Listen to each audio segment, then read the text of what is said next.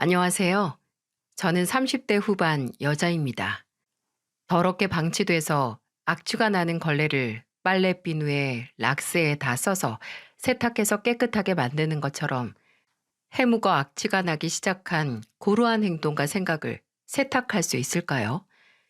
제 경험상 그 악취 때문에 주변 사람을 괴롭게 하고 특히나 가장 가까이 사는 사람이 이제는 냄새도 구분 못할 정도로 코를 망가뜨린 행동들은 온 가족이 동원을 해서 세탁기로 밀어 넣었더니 마치 새로 태어난 것처럼 새하얗게 표백은 되지 않았지만 그 악취를 제거하는 건 가능했네요. 그 악취를 어디서 맡았냐고요? 바로 저희 시댁이었습니다. 저는 30대 초반 남편을 만나 결혼을 했습니다. 남편은 제 친구 남자친구의 동창이었고 프로그램 개발 회사를 다니고 있었죠. 제가 남편에게 끌렸던 이유는 서글서글한 인상과 성실함도 있었지만 무엇보다 유연하고 튀어있는 사람이기 때문이었어요. 뭐든 유들유들하게 넘어가고 모난 곳 없는 성격 때문에 원래 제가 느끼기에도 예민한 성격인데 남편 옆에만 있으면 그게 좀 중화가 된다고나 해야 하나? 저까지 무던한 사람이 되는 것 같았죠. 제게서 더 좋은 모습을 끌어내는 남편과는 그렇게 2년 연애하고 결혼을 했어요.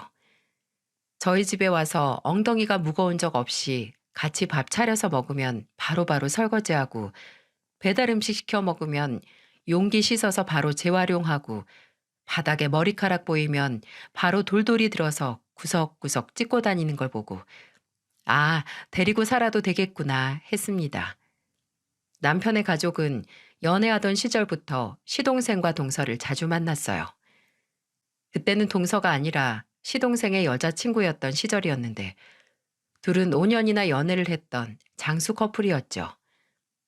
남편이 시동생과 워낙 사이가 좋고 각자 독립을 해서 살지만 일주일에 못해도 2번은 만나 식사를 할 만큼 가까워서 저와 동서까지 넷이서 종종 만났었죠.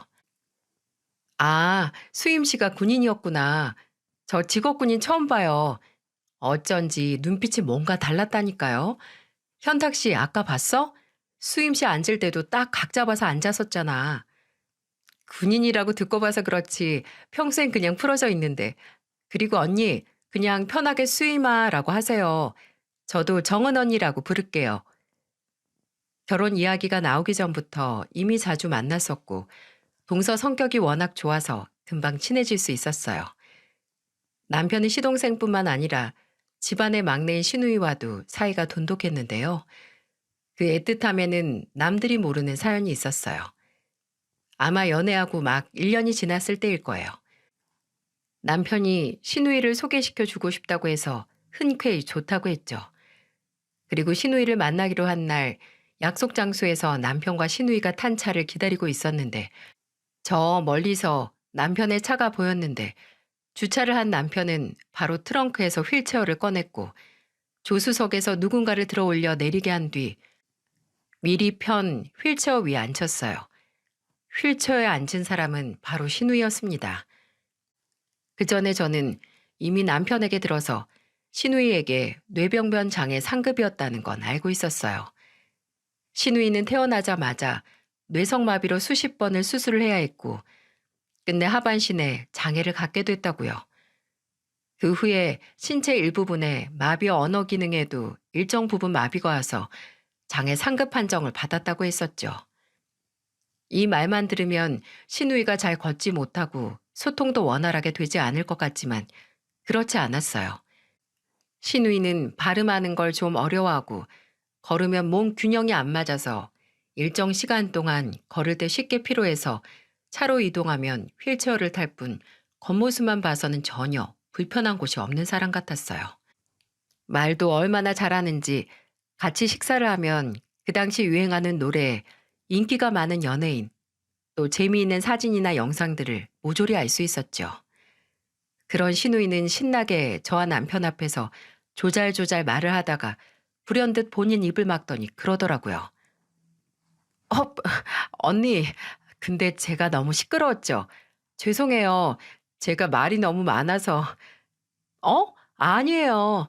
오히려 밥 먹으면서 지루할 틈이 없는데요. 원래 밥 먹을 때 그 정적이 싫어서 유튜브라도 틀어놓는 사람 많은데 현영 씨 덕에 그럴 필요가 없는 것 같아요. 그래도 밥 먹을 때는 좀 자제해야 하는데 제가 집에서 엄마랑 수다를 자주 떨어서 매일 아빠한테 혼나거든요. 저는 그런 신우이에게 전혀 자제 안 해도 된다고 했고 신우이는 또 그 특유의 구성진 말투로 그 당시 다니던 장애인 취업센터 이야기를 해줬죠. 시동생 신우이와 사이가 특별했던 남편은 결혼 전부터 본인에게 소중한 사람을 제게도 소개시켜 주고 싶어 했고 또 제게 소중한 사람을 본인이 직접 만나보고 싶어 했습니다. 저는 그게 남편이 저를 특별하게 생각하기 때문이라고 생각을 했고 실제로도 그랬어요. 원래는 가족 이야기나 사적인 이야기를 사람들에게 쉽게 하지 않는 사람이거든요. 저는 그렇게 모든 게 가족 중심으로 돌아가는 남편을 보며 얼마나 화목한 집안에서 자랐으면 저럴까 했는데 충격적이게도 처음 시댁에 인사를 드리러 갔을 때 남편의 집안은 화목과는 거리가 멀어 보였습니다. 아니, 정확하게 말해서 남편의 집안은 아주 화목했어요. 우애 좋은 시동생과 귀여운 시누이, 이제 곧 가족이 될 동서와 그리고 자식에게 헌신적이고 제게도 물론 다정한 시어머니까지. 근데 그 화목함에 산통을 깨는 사람이 있었으니 바로 답이 나오지 않는 시아버지였어요. 시아버지에 대해서는 이미 동서에게 어느 정도 이야기를 듣기는 했어요. 그때 결혼한 상태는 아니었지만 5년 동안 시동생과 만나온 동서는 저보다 시댁에 대해 잘 알았고 시댁에도 종종 갔었거든요. 언니, 아마 거기 가면 좀 놀랄 수 있을 거예요. 어? 왜? 그 아버님이 좀 옛날 분이시거든요. 아, 뭐야, 그러시겠지. 아니, 그냥 옛날 분이 아니라 진짜 엄청 옛날 사람. 무슨 조선시대에서 와도 저러진 않겠다. 이 정도일 거예요. 그리고 또 아마 아버님이 어머님한테 하는 거 보시면 많이 불편하실 거예요. 이 얘기를 들었을 때는 아, 되게 사상이 고루한 분이신가 보다. 가부장적이신가 보다 했거든요. 어느 정도 마음의 준비를 하고 간 곳에서 제가 처음 본 시아버지의 모습이 뭔지 아시나요? 제가 시댁에 들어갈 때쯤 시어머니와 시동생 그리고 집에서 쓰는 지팡이를 짚고 있는 시누이가 나와서 다 환영해 줬었어요. 시아버지는 안 보이시더라고요. 근데 제가 신발을 벗고 들어가는데 그때 맞은편 화장실이 열리면서 시아버지가 나오셨습니다. 시아버지는 안녕하세요 하고 인사하는 저는 안 보시고 화장실 문 앞에 본인이 들어가기 전에 벗고 들어간 실내용 슬리퍼를 발끝으로 툭 차며 이렇게 말하셨어요. 너는 지나다니면서 남편 슬리퍼가 이렇게 돼 있으면 나와서 신기 편하라고 돌려놓지도 않아? 내가 굳이 몸 돌려가면서 이걸 힘들게 신어야 돼? 이게 무슨 소린지 감이 오시나요? 화장실에 가던 시아버지가 벗어놓은 슬리퍼를 나와서 편하게 신을 수 있도록 반대 방향으로 돌려놓지 않았다고 손님의 며느리가 보는 앞에서 타박을 하신 겁니다. 충격적인 건 이뿐만이 아닌 게 그 타박을 들은 시어머니가 바로 시아버지 발밑으로 가서 슬리퍼를 돌려주신 거예요. 솔직히 저는 이때부터 아, 좀 심하다 하는 생각이 들기 시작을 했습니다. 20년 동안 고물상을 운영하신 시아버지는 새카만 얼굴에 눈썹이 이마의 반을 차지할 만큼 짙고 두꺼웠으며 그 아래에 있는 눈은 부리부리 하셨어요. 설명만 들어도 한 고집 할 것 같지 않나요? 실제로도 황소보다도 더 질긴 고집으로 유명하시고 큰 고물상을 한다는 자부심이 넘치는 그런 분이었어요. 제게 슬리퍼 하나로 최악의 인상을 남긴 시아버지는 그 후 식사 자리에서는 그다지 제게 문제가 될 만한 말이나 행동은 안 하셨습니다. 그냥 저희 가족 구성이나 부모님 하시는 일을 묻고 이라는 반응을 하시고 다시 식사를 하셨어요. 문제는 제게는 안 하셨지만 다른 사람에게는 숨 쉬듯 보기만 해도 불편한 행동을 했다는 거예요. 아이고, 구가 한번 오질나게 짜다. 이게 뭐야? 소태야? 아주 다 늙은 남편 염장지리려고 소금 팍팍 친 거지? 국이 짜요? 가만히 있어봐라. 내가 물 더 넣고 끓여다 내놓을게요. 아, 됐다, 됐어.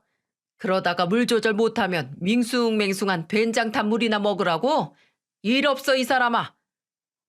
시아버지는 마치 습관인 것처럼 옆에 앉은 시어머니를 부부가 아닌 마치 식모 취급을 하는 것처럼 보였어요. 아니, 아마 요즘 같은 시대에 식모에게도 저러면 가혹행위 모욕죄로 고소당할 거예요. 연신 국을 퍼 드시면서도 계속 아우 짜다 짜라고 말하는 시아버지를 보면서 체할 것 같았고, 그런 시아버지를 보고 눈치를 살피는 시어머니를 보고 답답해서 저는 일부러 국에 밥을 말으면서 말했어요. 어머님, 저는 좀 짜게 먹어서 밥이랑 먹기 딱 좋아요. 제 입맛 알아보시고 좀 짜게 하셨나 봐요. 그리고 여름이라 땀 많이 흘리면 평소보다 더 짜게 먹는 게 탈수 예방에도 좋다고 하더라고요. 왜 어렸을 때도 어떤 애가 한 애를 괴롭히면 반발심이 들어서 괴롭힘 당하는 애한테 잘해주고 싶잖아요. 그런 마음도 있었어요. 그리고 무엇보다 시어머니가 정말 착하셨거든요. 제가 가자마자 앉기 전에 제 엉덩이 아래 푹신한 방석 깔아주시면서 내가 어제 나가서 정은이 앉을 방석 사왔어. 여기 앉아. 라고 하신 분이에요. 또 시누이도 옆에 끼시고 다리 피곤하진 않은지 마비 온 오른쪽 팔 컨디션은 괜찮은지 연신 물으시면서 챙겨 먹는 약 먹었는지 확인하시는 걸 옆에서 듣기도 했고요. 남편과 시동생도 어렸을 때부터 어머니에 대한 애착 형성이 아주 잘 된 건지 등치 다 큰 아들들이 어머니한테 애교도 부리는 걸 보면서 그런 시어머니에게 습관적으로 시비를 거는 시아버지가 정말 이상해 보였습니다. 그날 후 저는 남편에게 지나가는 말로 넌지시 말했어요. 아버님이 좀 무서우신 것 같다고 말이죠. 그때 남편은 제가 무슨 의도로 그걸 말했는지 바로 알아듣고 그러더라고요. 본인하고 본인 동생은 평생 아버지 안 닮으려고 애쓰면서 살았다고요.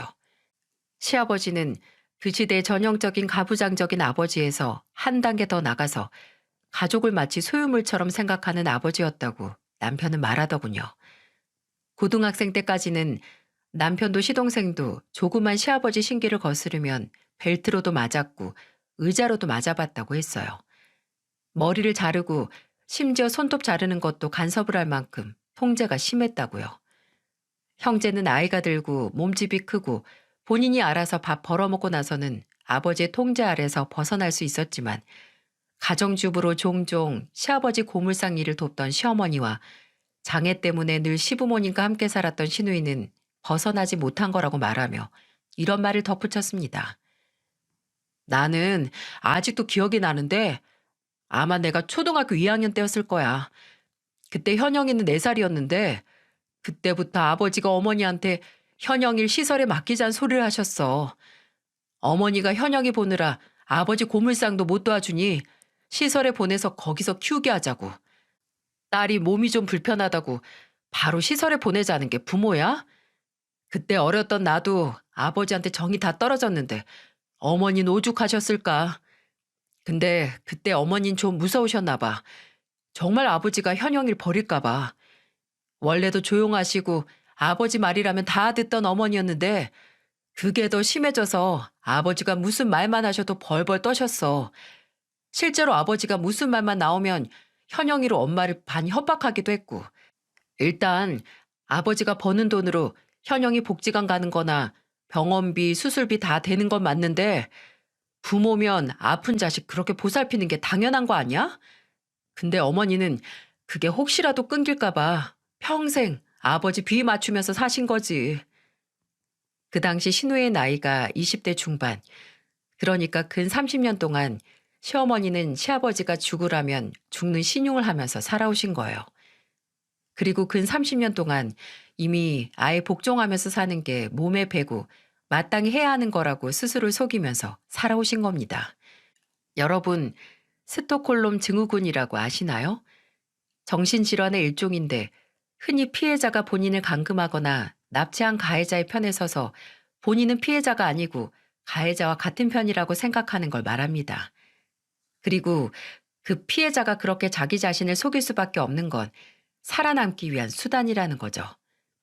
당장 현실을 벗어날 수 없으니 그 최악의 상황에서 살아남을 방법으로 합리화와 현실 도피를 택하는 겁니다.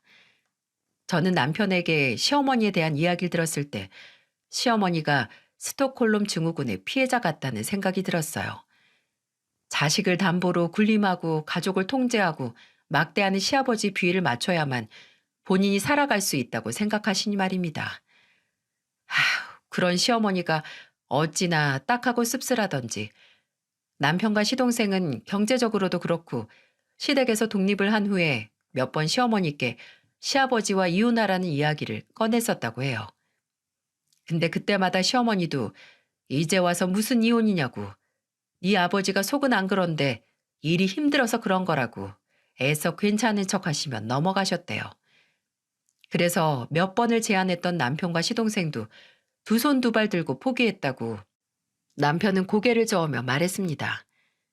집에서 새는 바가지는 밖에서도 샌다고 시아버지는 집에서 시어머니를 업신여기는 걸로 모자란지 저희 부모님과 함께한 상견례 자리에서도 그 창피해야 마땅한 행동들을 하셨어요. 저희 어머니가 시어머니 손을 보고 손이 참 곱고 애기 손 같다고 칭찬을 하면 껴들어서 지 남편만 죽어라 일 시키고 집안에서 호강하면서 살아서 그렇다고 딴지를 걸고 부모님이 시누이에게 이런저런 말을 시켜서 시누이가 거기 대답을 하면 저건 지 엄마랑 집구석에 숨어서 떠들더니 밖에 나와서 말 잘한다고 비꼬기까지 했습니다. 저희 어머니가 거기서 많이 불쾌하셨나 봐요. 픽 웃으시더니 이렇게 말씀하셨죠. 참, 사돈 처녀가 왜 집에서 사부인이랑 숨어서 이야기했는지 알겠네요. 대화를 사돈 어른처럼 하면 누가 사돈 어른 있는 자리에서 말하고 싶겠어요.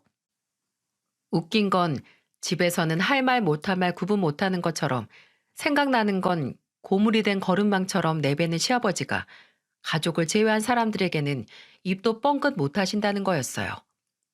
저희 어머니가 웃으면서 말씀하시긴 했지만 그래도 좀 세게 말하셨는데 시아버지는 큼 하고 목만 가다듬으시더니 아무 말도 안 하시더군요.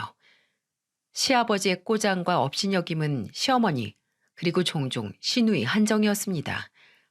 며느리인 저나 동서에게도 크게 함부로 하신 적은 없었어요. 물론 결혼 후 시댁에 가면 마치 수족 부리듯 저와 동서에게 일을 시키셨지만 그것도 시어머니가 없으실 때고 시어머니가 있으시면 거동이 불편한 시누이보다도 더 시어머니를 찾았습니다. 다른 시댁 식구들은 참 좋아서 시댁에 가는 게 제겐 오히려 놀러 가는 것과 비슷했거든요.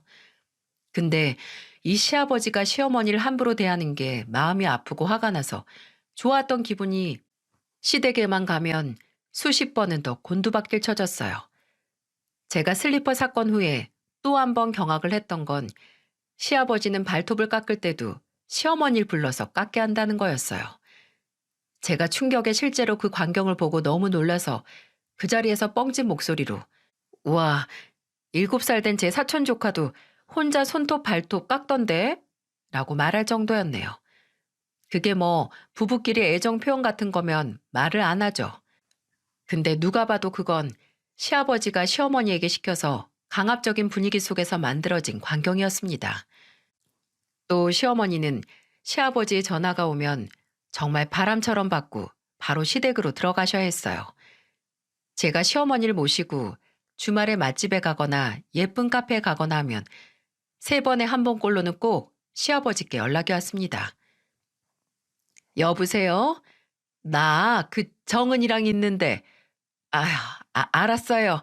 네네. 아유, 금방 간다니까. 네. 정은아, 나 가봐야겠다. 네 시아버지가 찾네, 찾어. 여기서 헛웃음이 날 정도로 어이가 없는 건 시아버지가 참 외로움도 잘 타셨다는 거예요. 가족들과 함께하는 시간 분위기를 늘 망치는 주범이자 폭군이면서 또 외로움은 잘 타서 혼자 있는 걸 극도로 싫어하신다는 겁니다. 그래서 시어머니가 집을 비우는 것도 불효령을 내려 남편이 집에 왔는데 라는 말로 시작을 해서 사람을 참 질리게 만들었어요. 결혼 생활 3년 차, 저는 시간이 갈수록 저희 시아버지란 인간을 인간 대 인간으로 이해할 수도 없고 그저 저렇게 늙으면 안 된다는 생각만 강해졌습니다. 그래도 시간이 갈수록 늘 괜찮다, 아무렇지도 않다라고 하시던 시어머니가 저와 동서에게 점점 감정을 털어놓기 시작했어요. 시아버지가 또 막말로 속상하게 하면 내가 70을 바라보고도 아직 외출하면 보고를 해야 하고 반찬 하기 전에 미리 허락을 받으면서 산다. 이게 사는 거니? 라고 한탄을 하시면 저희는 그런 시어머니 손을 잡고 시아버지 욕이란 욕은 다 했어요. 그래도 시어머니께서 헤어지실 생각이 없어 보이시니 심한 말은 하지도 못했고요. 시어머니께서 한두 번씩 쌓인 감정을 털어놓으시는데 시아버지를 향한 저와 동서의 반발심은 더 굳세어졌습니다. 왜냐고요? 남편이나 시동생이 알지 못하는 일을 시어머니께서 직접 얘기해 주셨거든요. 시누이가 태어나기 전에도 늘 시어머니를 본인 소유물 취급하는 시아버지는 시어머니가 하는 음식들로 주변 사람들에게 생색내는 걸 좋아했는데 한 번은 시어머니에게 김치만 50포기 혼자 담그라고 하고 그걸 전부 본인 지인에게 선물로 나눠줬었대요. 그리고 가장 고생한 시어머니께 하는 말이 나중에는 좀 부지런 떨어서 싸고 좋은 재료로 만들어라. 뭐 김치 만드는데 이렇게 돈이 드냐? 라고 하셨다는 겁니다. 본인은 손 하나 까딱 안 했으니 인건비로 그때 얼마를 시어머니께 보상을 해야 하는지 고려하지도 못한 거죠. 또 시누이가 태어나고서는 술만 마셨다 하면 네가 다른 놈 애밴 거 아니냐. 안 그러면 내 애가 장애를 갖고 태어날 일이 없다는 말을 하고 네가 애 베고 있을 때 뭘 했길래 애가 저 모양이냐. 라고 시어머니의 가슴을 후벼 팠다고 해요. 아니, 애는 뭐 혼자 만들어요? 아버님도 책임 있으면서 왜 어머님 탓만 하시는 거예요? 그러게나 말이다. 사실 그때 의사가 임신 중에 주기적으로 독한 연기나 공기에 노출이 되면 애가 뱃속에서 후천적으로 장애가 있을 수 있다더라. 근데 내가 그때 뭐 했겠니? 내가 배 산만하게 불러도 고물상에 불러서 일 시켰으면서 그래서 거기 폐기 오물 냄새 내가 다 들이마셨지. 아휴, 지금도 그것만 생각을 하면 내가 참 억울하고 우리 현영이한테 미안해 죽겠다. 40년 동안 그 수모를 겪은 시어머니는 저희 앞에서는 늘 웃으셨지만 속으로는 눈물과 피고름이 섞인 상처를 홀로 떠안고 사셨던 겁니다. 근데 그 고름이 한 번 제 앞에서 터진 적이 있었어요. 결혼 4년 차에 제가 임신을 했었을 때입니다. 시어머니께서 맛있는 거 해주신다고 부르셨어요. 그날 건축회사에 다니던 시동생은 지방 현장으로 출장을 가서 못 왔었고 시누이도 다니는 복지관에 행사가 있어서 못 왔는데 제게 장문의 축하 문자를 보내줬었죠. 평소 제가 좋아하는 해산물 위주로 이루어진 시어머니표 밥상 앞에서 가족들 다 모여서 제 임신 소식에서부터 축하 인사, 일상 얘기를 하고 있었는데 내심 손주를 빨리 보고 싶으셨던 시어머니께서는 제 옆에 딱 붙어서 연신 축하한다고 먹고 싶은 거 있으면 살찐다는 생각 절대 하지 말고 다 먹으라고 당부를 하셨습니다. 산모가 건강해야 애도 무럭무럭 자라지. 먹고 싶은 거 있으면 새벽에도 현탁이 재 깨워서 사오라 해. 어머니, 정은이 연애할 때도 원래 그랬어요. 먹고 싶은 게 있으면 다음날 부산 제주도 할 것 없이 당일치기로 갔다 오잖아요. 그래, 잘하는 거야. 먹는 게 남는 거다, 먹는 게. 그리고 산모가 안정 취한다고 너무 안 움직이는 것도 그렇게 좋은 것만은 아니라니까. 적당히 운동도 좀 하고. 이게 다 체력 싸움인데. 아휴, 우리 어머님 벌써부터 걱정이 아주 한사발이에요. 걱정 마세요. 저는 건강 걱정 문제 없으니까요. 저는 그때 시어머니께서 하시는 걱정이 뭔가 과거 본인 생각이 나서 하시는 걱정인 건가 하는 마음에 시어머니 손을 잡고 걱정 마시라고 웃으면서 말씀을 드렸어요. 근데 그때 참나, 지 생각은 못하고 아주 별 걱정을 사서 다 하네. 걱정 말어. 정은이 제가 당신보다는 더 건강한 애 낳을 테니까 그 영양가 없는 소리만 하고 그렇게 잘 알면 왜 현영이 걔가 그렇게 나왔어? 와, 저는 제 귀를 의심했어요. 그날 신우이가 없던 게 어찌 다행이던지. 이런 날 이런 소리를 이렇게 스스럼 없이 한다고요? 저는 표정 관리도 못하고 굳은 시어머니 얼굴을 살피다 바로 시아버지를 쳐다봤습니다. 그건 저뿐만이 아니라 동서한 남편도 마찬가지였어요. 아버지, 진짜 말씀을 그렇게 하셔야겠어요? 대체 왜 그러시는 건데요? 내가 무슨 말을 했다고 밥상머리에서 언성을 높이길. 너 지금 누구한테 말하는지 나 알고 눈을 그딴 식으로 뜨는 거냐? 그런 아버지는 누구한테 말하는지 자각이나 하고 그딴 식으로 말하세요? 이 자식이 어디서 큰 소리야? 이건 네 애미랑 내 문제니까 신경 꺼. 화가 난 남편과 본인 잘못은 죽어도 알지 못하는 시아버지 언성이 높아지자 시어머니는 조용히 일어나 집 밖으로 나가셨어요. 저도 그런 시어머니를 쫓아갔고 집을 나간 시어머니는 아파트 계단 아래 주저앉으셨습니다. 제가 다가가 시어머니 곁에 앉았는데 시어머니는 정말 서럽게 우셨어요. 보는 사람 마음이 찢어질 정도로 아이처럼 서럽게 우셨습니다. 내가 뭘 그렇게 잘못해서 어떻게 나한테 그렇게 말할 수가 있어? 내가 지금까지 어떻게 살았는데, 어떤 마음으로 살았는데. 저는 처량하게 들썩이는 시어머니 어깨를 감싸 안았고 몇 분 뒤 저와 시어머니를 따라 나온 동서도 시어머니의 반대편에 앉아서 함께 울었어요. 더 이상 시어머니가 시아버지에게 고통을 받으면서 살길 바라지 않았습니다. 더 이상은 없었어요. 그날 집에 돌아와 남편은 그냥 아예 시어머니를 설득을 해서 시아버지와 이혼 후 따로 살게 해야겠다고 하더라고요. 물론 그것도 방법이지만 그냥 이혼만 하면 시아버지가 본인 잘못을 제대로 모를 거 아니에요. 분명 시아버지는 본인 잘못 하나 없이 그저 배부른 시어머니가 복에 겨워서 객기 부리는 걸로밖에 생각을 안 할 거기에 이혼을 하든 안 하든 일단 확실하게 시아버지가 본인 잘못을 가족들로 인해 아주 톡톡히 알게 되어야 했습니다. 그래서 남편과 상의 후에 시동생과 동서 그리고 신우이에게 연락을 했죠. 그 다음 주 주말 저희는 아침 일찍 시댁에 찾아갔어요. 이렇게 아침 일찍 무슨 일이냐 너네? 아, 아버님은 신경 쓰지 마세요. 어머님이랑 아가씨 데리러 온 거예요. 어머님, 준비 다 하셨어요? 몇 분 뒤 옷을 챙겨 입은 시어머니와 시누이가 나왔고 저희는 현관에서 우르르 나가면서 멍한 표정의 시아버지께 말했습니다. 저희 다녀올게요. 아니 글쎄 어디 가냐니까. 아, 앞으로 주말마다 다 같이 놀러 가려고요.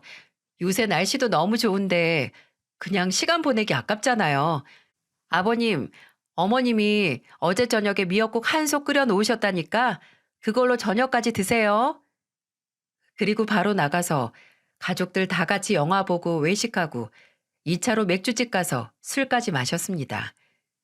시아버지가 불같이 연락을 할 시어머니 전화는 아예 꺼놓고 문자로 밤 11시 정도에 시아버지께 시어머니 저희 집에서 자고 가신다는 문자만 딸랑 남겨놨죠.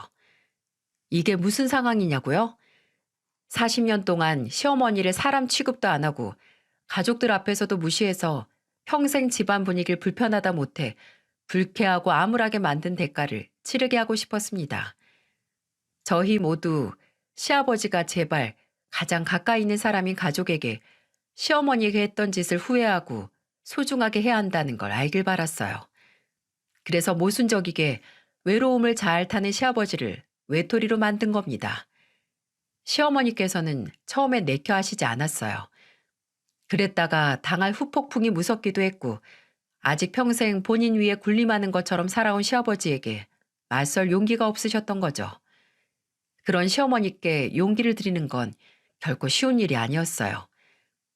남편과 시동생이 걱정할 거 없다고 만약 이혼하시면 저희랑 같이 살면 되고 아니면 집을 따로 구하면 된다고 했고 저와 동서도 저희도 어머님이랑 같이 사는 거 괜찮고 아가씨와 사는 것도 좋다. 그러니 제발 한 번만이라도 아버님 앞에서 당당해져 보시라고 몇 시간에 걸친 설득을 거쳐야 했습니다. 끝까지 100% 확신이 들지 않으신 것 같지만 그래도 시누이까지 5이나 되는 가족들이 응원을 하고 용기를 주니 속는 셈 치고 시아버지에게 맞서기로 하셨어요. 그날부로 저희는 주말마다 시어머니 시누이와 함께 일정을 잡았습니다. 수영장, 대형 쇼핑몰, 아울렛, 당일치기 여행도 가고 서울 근교 드라이브 맛집 탐방, 가족들과 단란한 시간을 보낼 수 있는 곳을 다 찾아다녔어요. 아, 물론 시아버지만 쏙 빼고 말입니다. 처음에는 자존심 때문인지 저희가 시어머니를 모셔가는 것도 무시를 하시던 분이 넌지시 남편에게 그러시더라고요. 야, 너희 나는 안 보이냐? 네 엄마만 쏙 데리고 나가면 나 혼자 이 집에서 뭐 하라고? 왜 혼자예요? 여기 TV도 있고 심심하시면 고물상 가서 그 근처 어르신들하고 한잔 하세요. 그래서 끝까지 나는 모른 척 할 거라고? 아버지가 있으면 어머니가 신경 쓰여서 잘 못 노세요. 저희도 아버지 계시면 불편하고요. 뭐? 내가 너희 뭘 불편하게 해? 아버지 생각을 해보세요. 아버지가 어머니한테 함부로 하면 자식인 저희 입장에서 마음이 아주 편하기만 하겠어요? 누가 아버지 엄마 모욕을 아주 숨쉬듯이 아버지 눈앞에서 한다고 해보세요. 그래도 아직 시아버지는 그저 저희가 시어머니께 무슨 세뇌를 당해서 시어머니 편만 드는 거라고 탓을 하셨습니다. 그래요. 쉽게 역지사지가 되고 입장 정리를 할 수 없겠죠. 시아버지께서 혼자 있기 싫다고 하셨으니 저희는 주말에 다른 곳에 가지 않고 시댁에서 시간을 보내기도 했습니다. 다 같이 만두를 빚어서 먹거나 고기를 구워 먹고 TV를 보면서 일상적인 시간을 보냈는데 시아버지께는 그리 즐겁지도 또 일상적이지 않은 시간이었을 거예요. 만둣국을 해먹기 위해 다 같이 둘러앉아서 만두를 먹는데 그날 본인이 먹을 만두는 본인이 빚기로 했거든요. 근데 당연히 시아버지는 누가 빚어주겠거니 하며 모른 척 하셨죠. 그리고 그날 저녁 밥상 시아버지의 구간에는 오직 계란과 파밖에 들어있지 않았습니다. 뭐야? 여기 내 국에 만두는 어디 갔어? 아버님 만두 안 빚으셨잖아요. 그러니까 없죠. 아까 본인이 먹을 만두는 본인이 직접 빚는 거라고 했는데 못 들으셨어요? 나는 당연히 네 시애미가 내 것까지 빚을 줄 알았지. 염치 없게 직업만 홀랑 만들어서 먹어? 어이, 거기 만두 2개만 여기 내 국그릇에 옮겨. 세상에 만두 삥을 뜯는 건 살다 살다 처음 봤네요. 숟가락으로 시어머니 국그릇을 가리키며 만두를 달라고 하는 시아버지에게 저희 모두 고개를 저었습니다. 아버님, 어머님 만두 딱 3개 드실 만큼 만드셨는데 거기서 2개나 가져가시려고요? 아우, 염치 없는 건 어머님이 아닌 것 같은데요. 아버지, 국물은 어차피 만두 넣고 같이 끓인 거라 만두 맛 조금은 날 거니까 그냥 국물 드세요, 국물. 맞아요. 그래도 아버님 입맛에 맞게 싱겁게 끓였는데 밥하고 맛있게 잡수세요. 이렇게 가족들이 전부 합세해서 웃으면서 말하면 시아버지는 숟가락을 신경질적으로 내려놓고 방으로 들어가 문을 쾅 닫으셨습니다. 시어머니는 그 큰 소리에 놀라시긴 했지만 그래도 꽤 후련해 보이셨어요. 그것뿐만 아니라 시아버지가 나와서 TV 보신다고 리모컨을 찾으시면 저희는 이거 볼 건데요. 안방에서 보시거나 아니면 저희랑 이거 같이 보세요. 하고 무시했고 또 시아버지가 시누이가 무슨 이야기를 좀 오래 한다 싶을 때마다 눈치를 주고 말이 많다는 얘기를 하면 저희는 어? 저만 아가씨 얘기 궁금해요? 저는 더 듣고 싶은데요? 라고 말하며 시끄러우면 아버님은 가서 TV 보세요. 하고 그때야 시아버지 손에 리모컨을 들려드렸습니다. 그럼 당연히 시아버지는 화를 못 참고 저희에게 내 집에서 나가라고 너희들 다 꼴도 보기 싫다고 하셨죠. 그럼 저희는 네 하고 시어머니와 시누이와 함께 시댁을 나가 저희 집이나 시동생의 집에 갔고 다시 시아버지는 혼자가 되셨습니다. 물론 후폭풍은 있었는데 저희는 시어머니께 신신당부를 했어요. 시아버지가 조금이라도 화를 내고 따지고 들면 저희에게 연락을 하시고 저희한테 오시라고요. 급한 상황일 때는 경찰에 연락하고 나서 저희를 부르시면 바로 달려가겠다고 했습니다. 그래서 몇 번 시아버지가 화풀이를 해서 시어머니께서 시누이와 함께 저희 집에 피신 오신 적이 있었어요. 시어머니는 좀 놀라시고 이럴 때마다 자식 집에 피신을 와야 하는 게 번거롭다고 하시긴 했지만 이내 야, 그래도 네 시아버지 속 뒤집히는 걸 보니 살 맛이 난다 나 라고 개구진 표정으로 말씀하시더라고요. 그렇게 부글부글 끓던 시아버지의 속이 펑 하고 터진 건 저희가 시아버지를 빼고 다 같이 제주도 여행에 다녀왔을 때였어요. 여행이 끝나고 서울에 왔을 때 시동생이랑 동서는 먼저 집에 가고 저와 남편은 시어머니와 시누이를 시댁까지 데려다 줬거든요.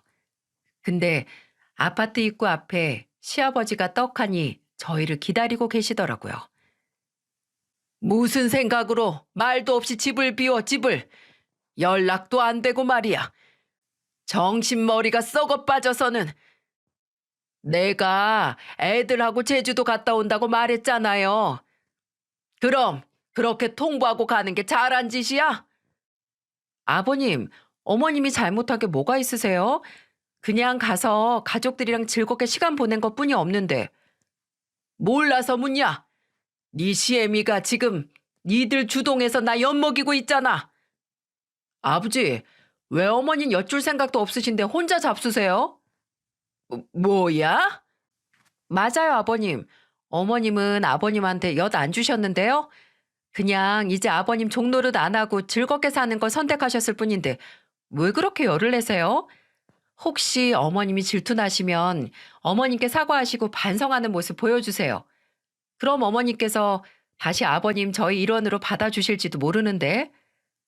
너 지금 무슨 헛소리를 하는 거냐? 내가 네 시애미한테 무슨 얼어 죽을 사과를 해? 그러니까 아버님이 지금 혼자이신 거예요, 혼자. 아들도 딸도 있고 며느리도 있고 같이 40년을 산 부인도 있는데 혼자인 이유가 바로 그것 때문이라고요. 아버님이 그렇게 본인 잘못 모르고 지금도 가족한테 헌신하고 산 것밖에 없는 어머님 탓하니까 저희 아버님 이렇게 가족 취급도 안 하는 거라고요. 아버지, 어머님은 이혼도 각오하셨고요.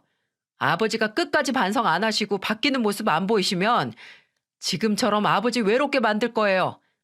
아니, 어쩌면 언제 가족이 있었는지 알 수도 없게 사라질 수도 있고요. 그러니까 잘 생각해 보시고 결정하세요. 그날은 차를 돌려 시어머니와 시누이를 데리고 저희 집에 갔습니다. 그때 시어머니와 시누이를 시댁의 시아버지와 함께 두면 무슨 일이 났을지 모르니까요. 그리고 며칠 후 그 무슨 일이 나고야 말았습니다. 제가 그때 임신 26주 차인가 그랬을 거예요. 밤 10시가 넘은 시간에 시어머니께 전화가 왔어요. 현타가, 네 아버지가 나한테 이혼하자고 집에서 나가란다. 다급한 시어머니의 외침에 저와 남편은 바로 시댁으로 차를 몰고 갔습니다. 몸이 좀 무겁긴 했지만 그래도 안 갈 수가 없었어요. 20분 뒤 저희는 시댁에 도착을 했고 걱정을 하면서 문을 열고 들어갔죠. 그리고 그곳에는 아직도 선명하게 기억을 합니다. 늘 제 머릿속에는 시아버지 앞에서 기가 죽어 작게만 보이던 시어머니께서 어깨를 꼿꼿하게 펴고 악에 받쳐 소리를 치고 계셨어요. 당신은 내가 당신이랑 이혼하면 현영이랑 뭐 길거리에 나 앉아서 비참하게 살 거라고 착각하나 본데. 당신이 그 개 같은 성격 늙어서도 못 죽이고 자식들 앞에서 애미 있나. 등신 취급해준 덕분에 자식들 며느리 할 것 없이 전부 다 내 편이야, 내 편. 그러니 내가 고작 당신을 무서워하겠어? 하, 등신 같은 걸 등신 취급하지 그럼 무슨 취급을 해? 네가 나 아니었으면 이렇게 인간다운 생활 할 수 있었을 것 같냐?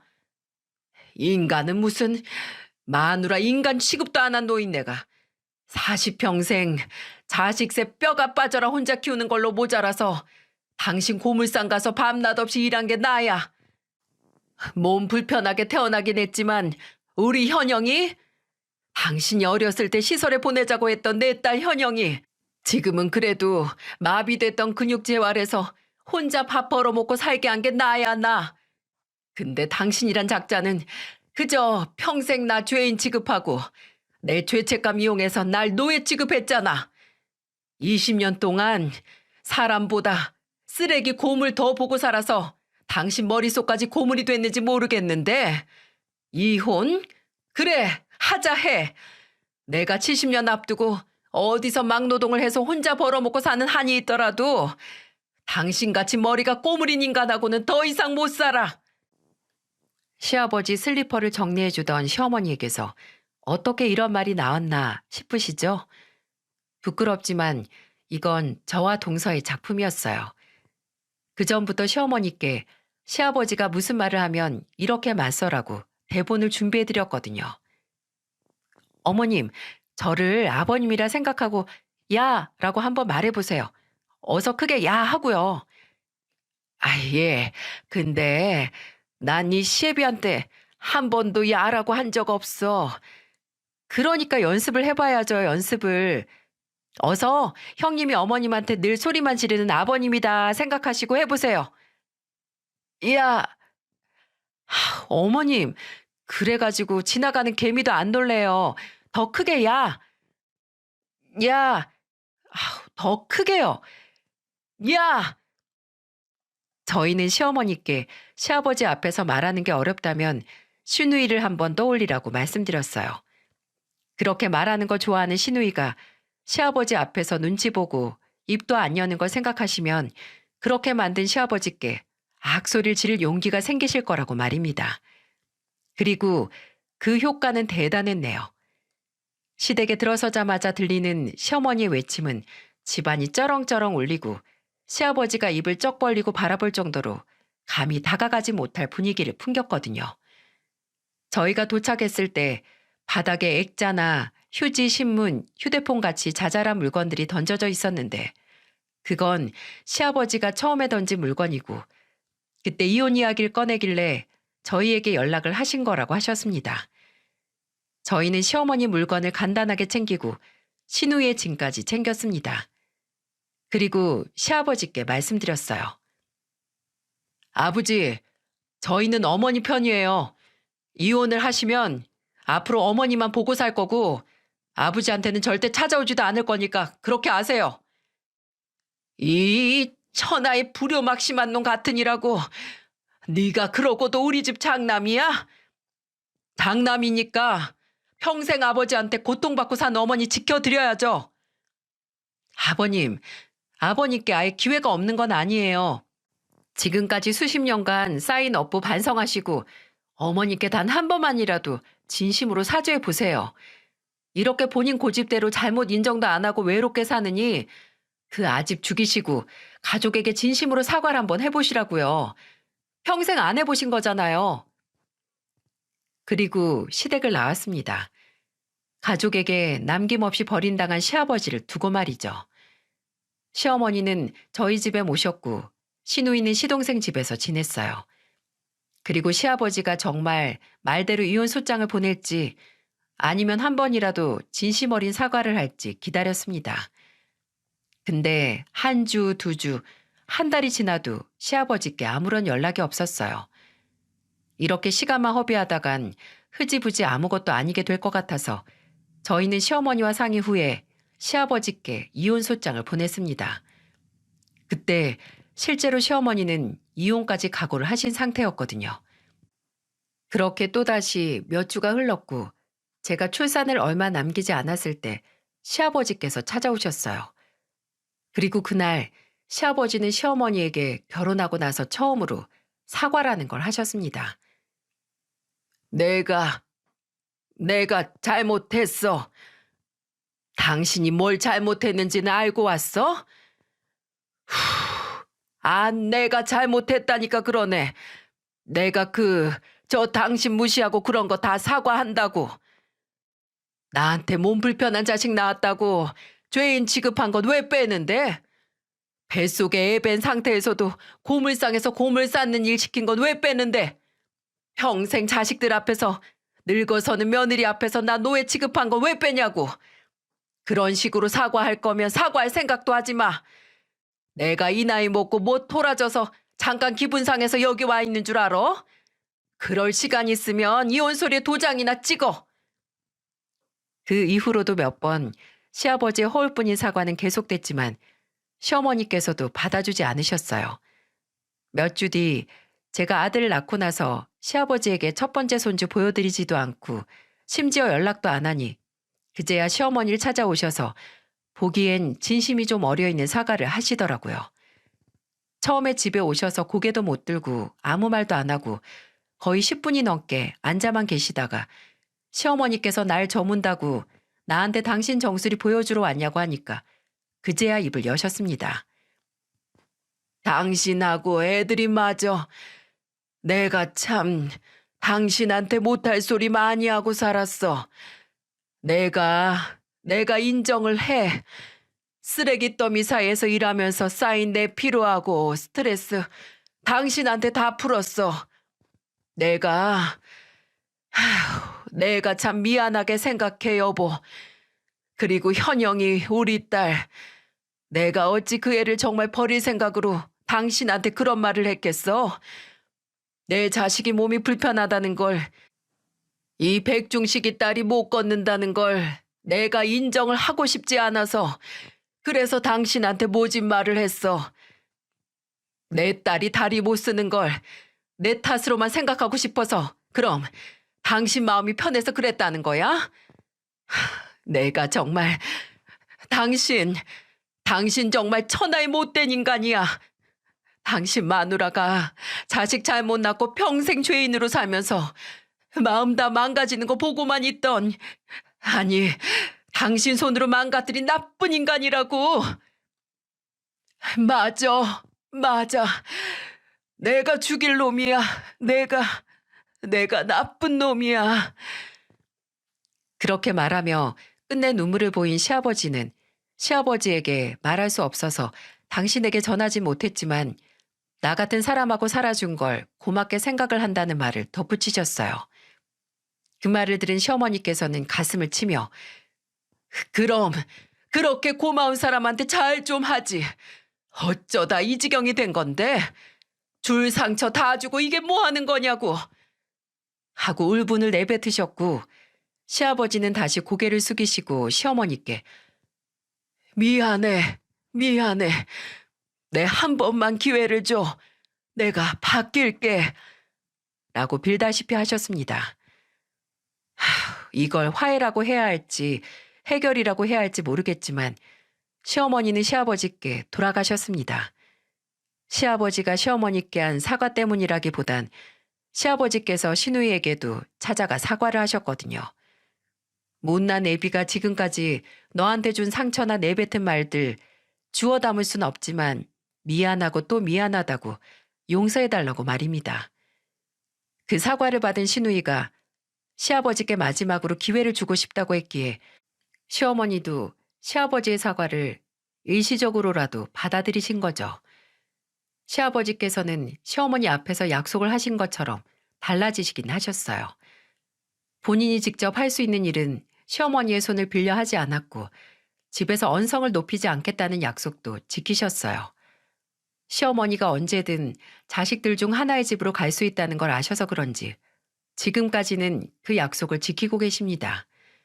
그리고 이건 시어머니가 아예 규칙을 정한 건데 시아버지께 뭐 집안일이든 크게 도움을 바라지도 않으니 그저 설거지가 있으면 그건 당신 몫이라고 정하셨어요. 그래서 저희는 시댁에 가면 주방에서 설거지를 하는 시아버지 뒷모습을 종종 마주쳤습니다. 그래도 솔직히 이런 건 대단한 일도 아니고 언제든 다시 원상복귀 될 수 있잖아요. 이런 것보다 저나 남편 그리고 시어머니께서 정말 시아버지가 좀 달라지신 것 같다라고 느꼈을 때는 바로 지난달 시누이가 복지회관에서 연결시켜준 취업 자리에서 만난 남자 결혼을 했을 때였어요.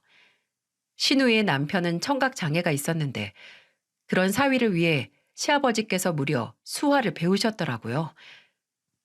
자주 가는 술집 사장님 부인이 청각 장애인인데 술 먹으러 갔다 그 사장한테 배웠다며 사위에게 시아버지께 수화로 한 말은 이거였습니다. 내 소중한 딸을 잘 부탁하네. 그때 저도 다른 가족들도 조금은 시아버지께서 달라지겠다는 말을 믿었을 거예요. 또 시누이 신혼집 전세 보증금을 시아버지께서 보태주시기도 했고요. 물론 제 이야기를 들으신 여러분께서 혹시 시아버지께서 다시금 그 악취가 날 정도로 썩어 빠진 행동이나 말을 할 거라고 걱정하실 수 있을 것 같아요. 사실 저도 걱정이니까요. 근데 저희 시어머니는 두렵지 않으신가 봅니다. 이미 그런 시아버지를 떠난 경험 때문인지 아니면 평생 보호했던 딸이 이제 본인 손을 떠나 가정을 꾸린 영향인지 이제는 시아버지를 정말 아쉬울 것 없이 대하며 이전과는 확연히 차이 날 만큼 편한 나날을 보내고 계시니까요. 물론 저희도 다시 시아버지가 예전 모습으로 되돌아온다면 다시 시어머니를 구출할 것이고 그때는 정말 더 이상의 기회 없이 시아버지를 저희의 일상에서 지울 겁니다. 누구도 자신이 받은 것으로 인해 존경받는 것이 아니고 존경은 자신이 베푼 것에 대한 보답이라는 말처럼 저희 시아버지와 또 세상에 저희 시아버지 같은 사람들이 있다면 남을 존중하지 않는다면 본인도 남들에게 존중받을 권리나 이유가 없다는 걸 꼭 깨달았으면 좋겠습니다. 그게 가족이고 부인 자식들이라고 할지라도 소중히 지키지 않으면 한순간에 다 잃고 혼자가 되는 건 아주 빠르니까요. 제 사연을 들으신 분들이 부디 얻어가시는 게 아주 조금이라도 있길 바랍니다. 일교차가 심한 요즘 감기 조심하시고 늘 존중받고 또 늘 존중하는 그런 일상을 보내시길 바랍니다.